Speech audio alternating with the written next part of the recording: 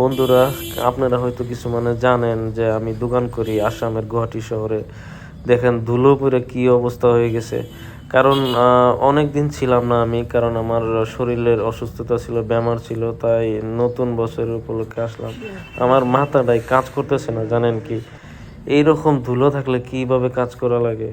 দেখেন তো, এই ঘাসগুলো লাগাইছিলাম আমি ওয়ালের মধ্যে একটু সৌন্দর্যের জন্য, এইগুলো তো ধুলি।